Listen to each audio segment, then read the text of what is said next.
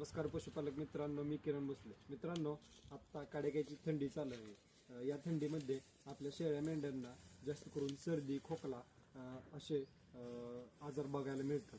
जास्त करून शेळ्या मेंढ्यांच्या पिल्लांमध्ये सर्दी हा कॉमन जास्त आजार पाहायला मिळतो. त्यासाठी मित्रांनो आपण त्या सर्दी व खोकल्यावरती वेळेतच उपचार करणं गरजेचं आहे.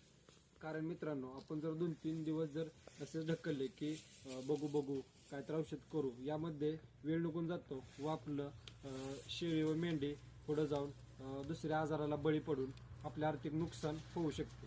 त्यासाठी मित्रांनो, सर्दी व खोकल्यावरती आपण इंटास कंपनीचं हे एन्ड्रोट्रास BH हे लिक्विड सोल्युशन वापरणार आहे. मित्रांनो, यामध्ये एन्ड्रोफ्लॉक्झिन अँड ब्रोमहेक्झिन हायड्रोक्लोराइड अशा नावाचा कंटेन येतात.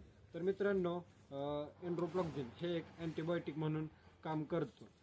त्याचबरोबर मित्रांनो, ब्रोमहेक्झिन हायड्रोक्लोराइड हे कंटेन जनावरांचे कफ पातळ करायचं काम करतं.